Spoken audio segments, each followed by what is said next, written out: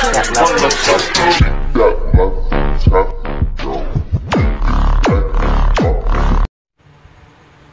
guys, na-try nyo na bang maggata ng tilapia guys? At paano nyo ginagawa pag naggata kayo ng tilapia? Siguro yung sa iba di na piniprito, pero sa akin guys piniprito ko kasi para hindi siya masyadong guys madurog yung tilapia. So ayan, naghanda ako guys ng mga ingredients. Andyan yung ang tawag nun guys, tanglad sa Bisaya yan guys, sibuyas, bawang at luya, at syempre ang gulay na kalabasa. Ayan, at ang pritong tilapia. Gagata ko yan guys. Hindi ko pala naipakita yung yung gagamitin kong panggata. Yun. So ayan guys, nagprito na ako ng bawang. Ayan. Hindi ko na hinugasan yung kawali. Bali tinanggalan ko lang siya ng mantika at nagtira ako ng konti para panggisa ng aking bawang. So ayan, naantay ko siyang mag-brown siya yung bawang, saka ko nilunod yung sibuyas. Ayan, yung sibuyas, naisama pa yung luya.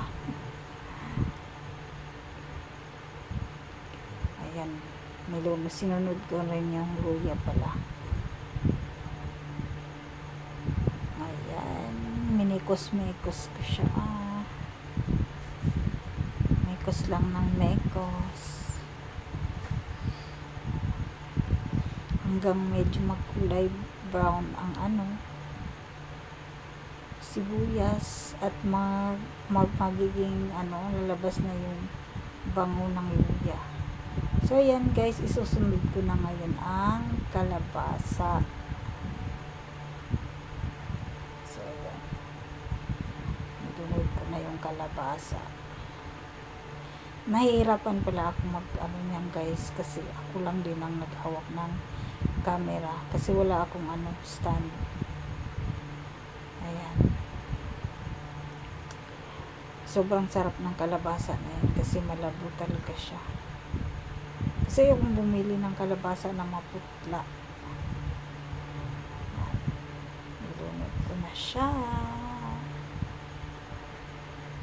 Ayan, minikos-mekos ko siya guys. Tapos syempre pagkatapos natin imikos-mekos yan, tatakpan na natin hanggang sa lumambot. Ayun, hindi ko pala guys, hindi ko napakita pala yung paglunod ko ng tilapia. Kasi hindi ko na video guys. Akala ko napindot ko na, hindi ko pala napindot. So, shortcut ko na lang. So, wala na akong magagawa doon. So, yan nga guys, malambot na yung yung tawag nito, kalabasa. Yan, tingnan nyo guys. Sarap. Sarap na. Ayan. Minikos-mekos ko siya. Hindi ko pala naipakita guys kung yung gata, yung gata pala na ginamit ko dyan guys, yung hindi talaga yung fresh na nyug, yung nasa sachet. Nakalimutan ko ang pangalan nun guys kasi pag sa nyug kasi kailangan ko pang pumunta sa palengke, medyo malayo din yung palengke sa amin, kaya ang binili ko yung nasa sachet lang. So masarap naman siya guys. So papaliwanag ko na lang sa inyo kung paano ko ginawa, kung paano ko nilunod yung gata dyan. So nilunod ko yung gata guys nung palambot na yung yung kalabasa, saka ko nilagay yung gata. So, ayan guys. Ayan, malapot-lapot na siya. Pero sa totoo lang guys, mas masarap talaga yung pure talaga na ano. Pure gata talaga. Kaysa ano, yung sa sachet.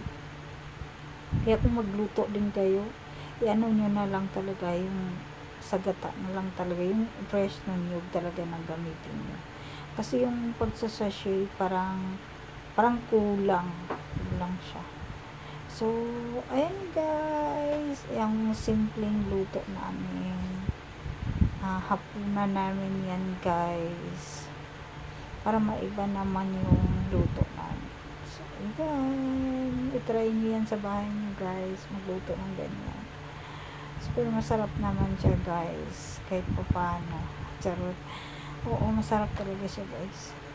Lalo na yung ulo. Ang sarap-sarap sip-sipin. Grabe. Tsaka mas maganda din talaga yung kalabasa na nabili ko. Mabuti na lang maganda talaga yung kalabasa. Bawi sa gata. So, yan na. Yan. So, iba-iba ko na yan guys. Kasi isa-isa kami yan.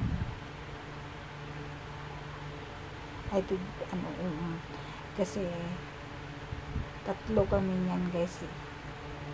So, isa kami. So, masarap talaga yung ulo ng tilapia. Kahit sa bangus, gusto ko din yung ulo at saka yung may bandang tiyan. Ayan, ang sarap niyan guys. Sa bangus kaya, pwede rin kayang gawin to. Yan, diba? Ang sarap-sarap niyan guys. Sayang nga lang guys, hindi ko na video lahat.